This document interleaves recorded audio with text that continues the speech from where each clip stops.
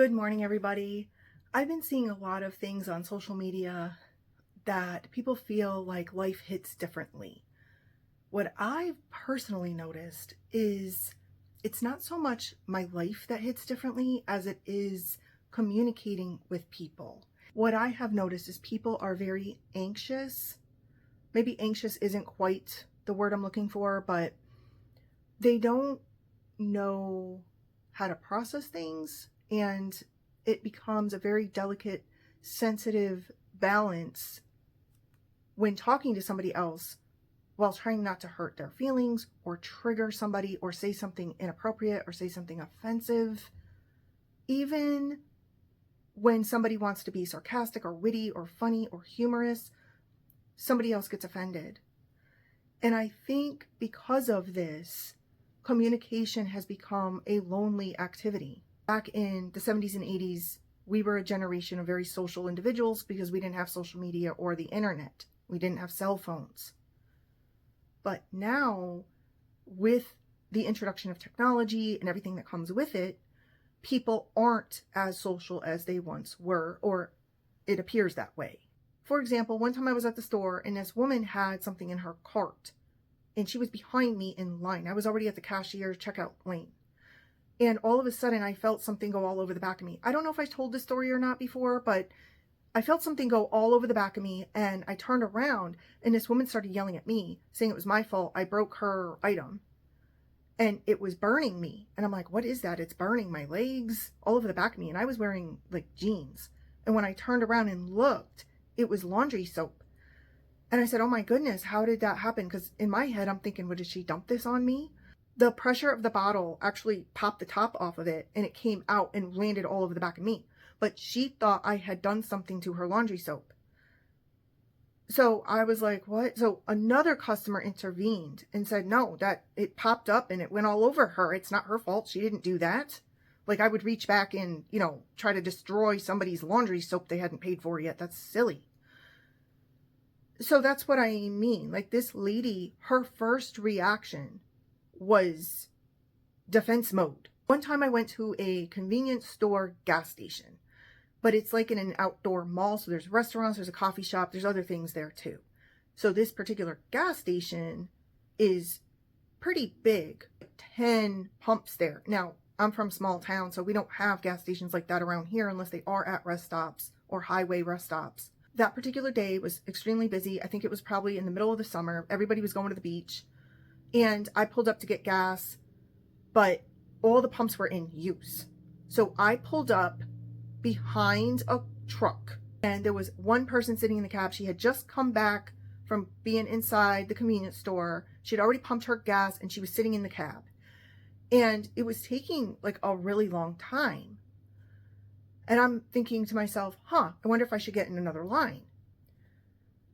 Eventually, because it took so long, I must have sat there behind her for 10 minutes while other cars were coming and going. I had missed out on going onto other lanes, and I thought, wow, I wonder what's going on. So I got out of my car to go in because I decided I wanted to get something out of the store.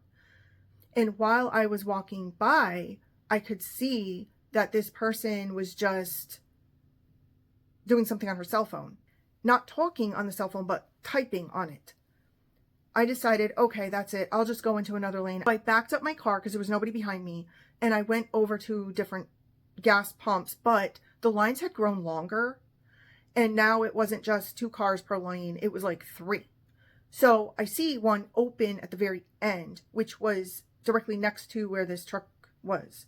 So I pull into that one, and unfortunately there's a sign and it says out of order, which would explain why nobody was there. At that point, I look and all the pumps were completely busy with lines of people, and I get behind the truck and I'm thinking, well, she's got to move sometime, I got out of my car and I just walked up there and I said, hi, excuse me. Just wondered if you're going to be done soon. I'm not trying to rush you or anything, but if not, I'll just leave. It's okay. And I wasn't afraid of her, but I was trying not to be disrespectful. I didn't know what was going on. I didn't know what she was doing.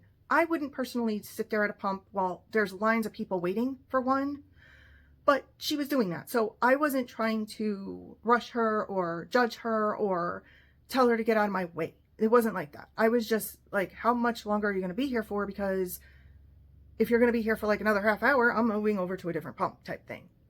And she started screaming at me.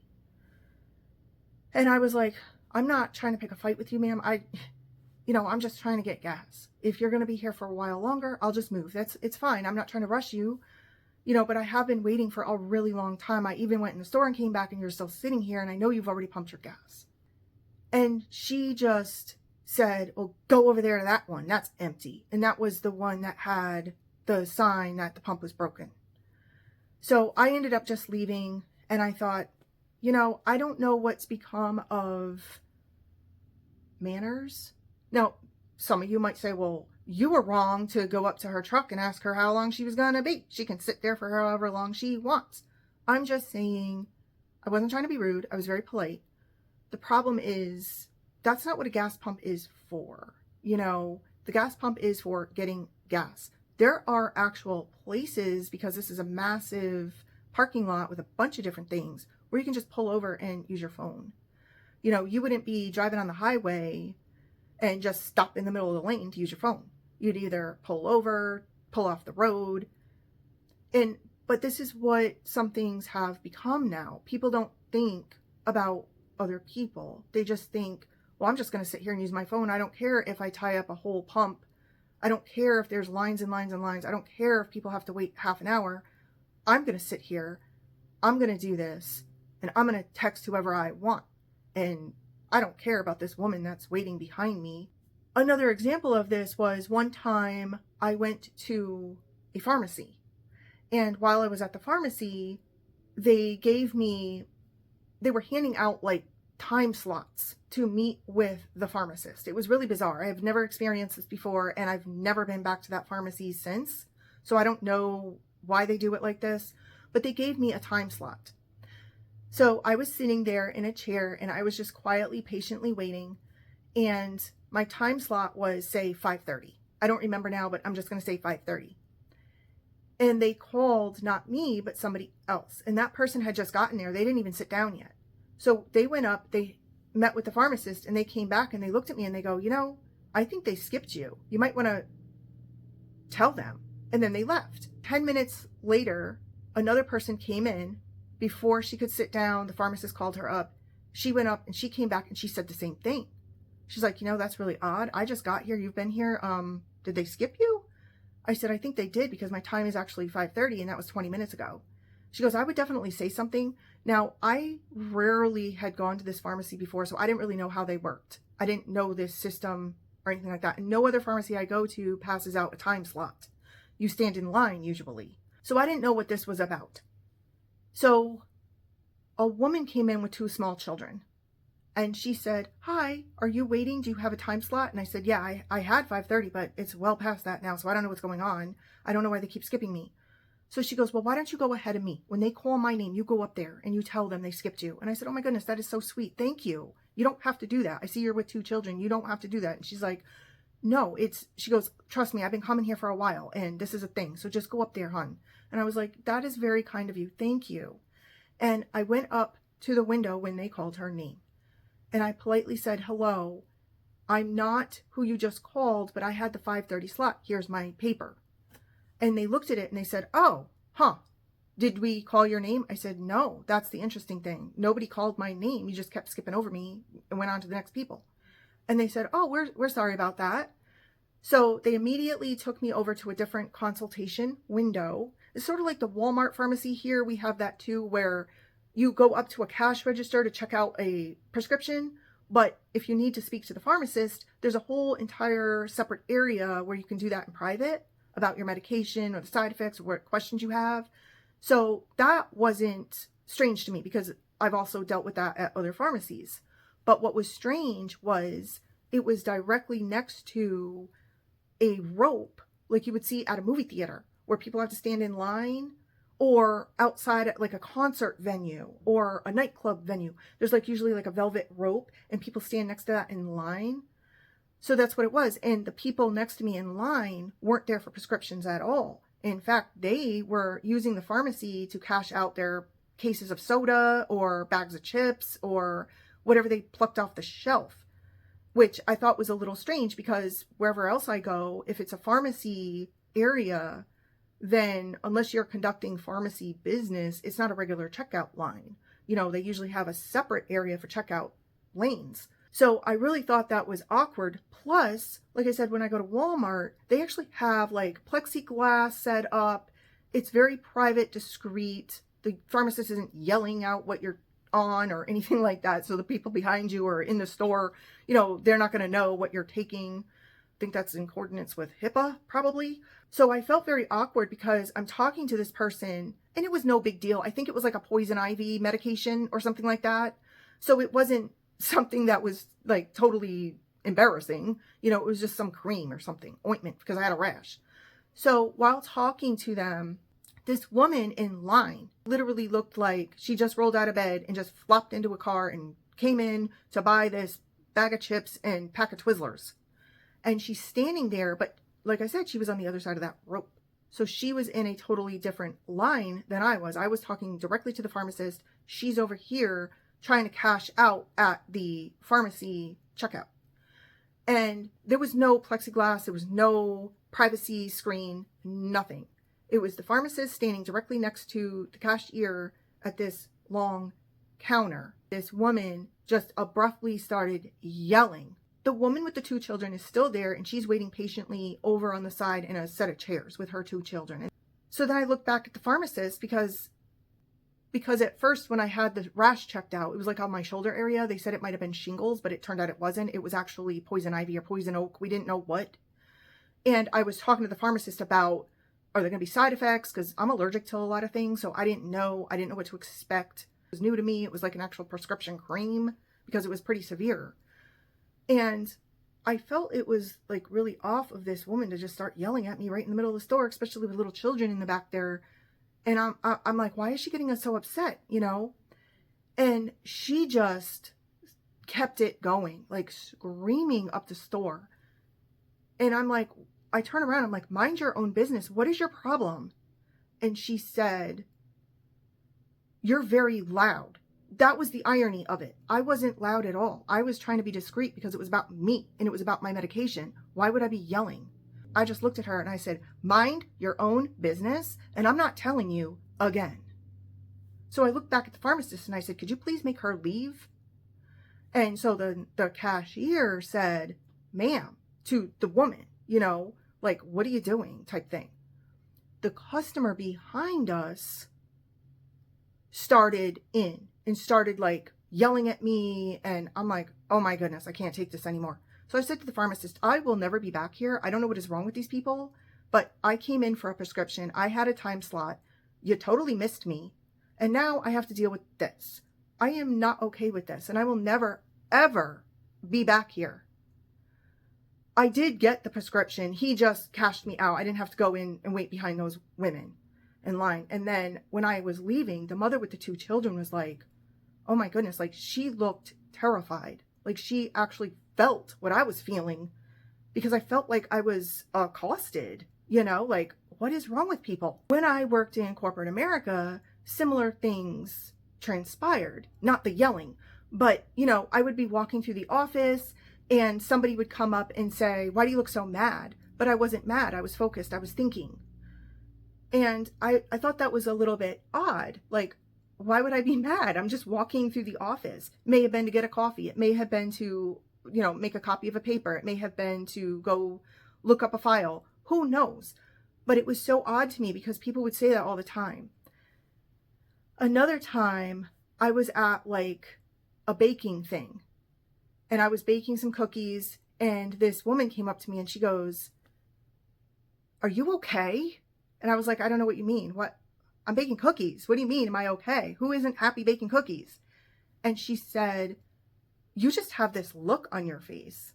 Well, because of all this, I just decided I must just have this look, People are misconstruing my focus or my energy or maybe I just look intense when I'm studying or focusing or doing something or when I'm busy. I don't know what it is, but I never ever experienced anything like this before.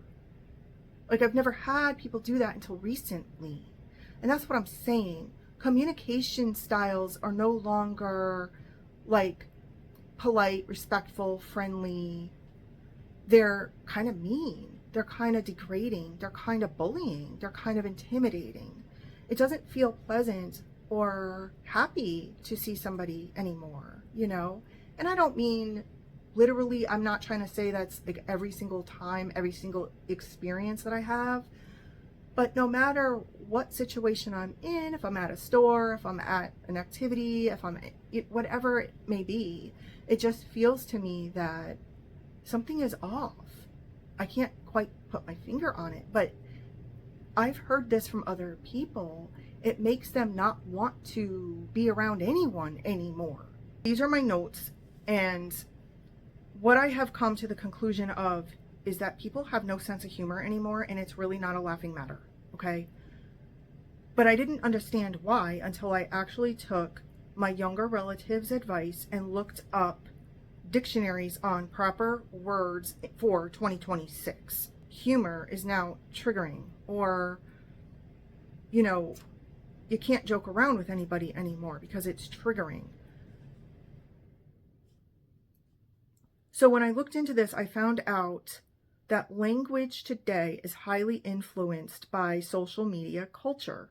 And of course, because of my age, I looked up on AARP and I found out words that were just recently, like, I guess this year or 2025, 2026 type of thing. These words have been added to the regular dictionary that we now know as in online form, not print form. I do have an old dictionary. I don't know if they make them anymore though, in print. These are the words: rage bait, slop, delulu, bed rotting, brain flossing, butt hurt, doom scroll, false hit, goopiness, naked quitting, shadow banning. Now, there are two other words that are in the dictionary now that were kind of in the dictionary, but they had different meanings. The wording of these two words have been changed, and the meanings have been slightly adapted for 2026. The first word is cringe. I never used that word before I heard it on social media. I didn't even know what it meant. So they added it to the dictionary in, was it 2022 or somewhere around there? But it was an actual old word in verb form before. So it's been in the dictionary for a really long time, just under a different set of use rules. Also, a word called sus for suspicious, that was added a little bit earlier in 2022. And then the final word that we hear all the time on social media is called grifter. That word has been around since 1972, as far as I could find out, but it's been adapted, like I said, into today's vocabulary. But if you go back and listen to all the words I just said, they're very negative. They all have a very negative connotation to them. Rage bait, bed rotting, brain flossing, doom scroll, naked quitting. I don't even know what that means. So anyway, having said all that, if this is the type of language we're using now, and this has become the new additions to the dictionary, it kind of makes me a bit sad. Back in the day, we had descriptive words. We had to write things out. We didn't have computers to type on. We didn't have text messages. We didn't have iPads. And our words had to describe, like if you were in my generation, we had to write out papers all the time, essays, book reports, and we had to be descriptive. And we had to write, if it was a bird we were describing. The bird flew, with its wings opened, it had red feathers on the bottom, a white tummy, and a big high crest of orange. That type of thing, But think about the way we communicate now. We communicate in emails and texts, and it's just not the same.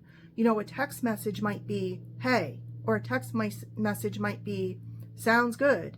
We no longer use descriptive words, verbs, adjectives. We're no longer using descriptors like we once did. But yet, now we have all these words with negative connotations. So I just thought that was kind of interesting. Conversing with humans now does seem kind of lonely. Thanks for watching today. Take care.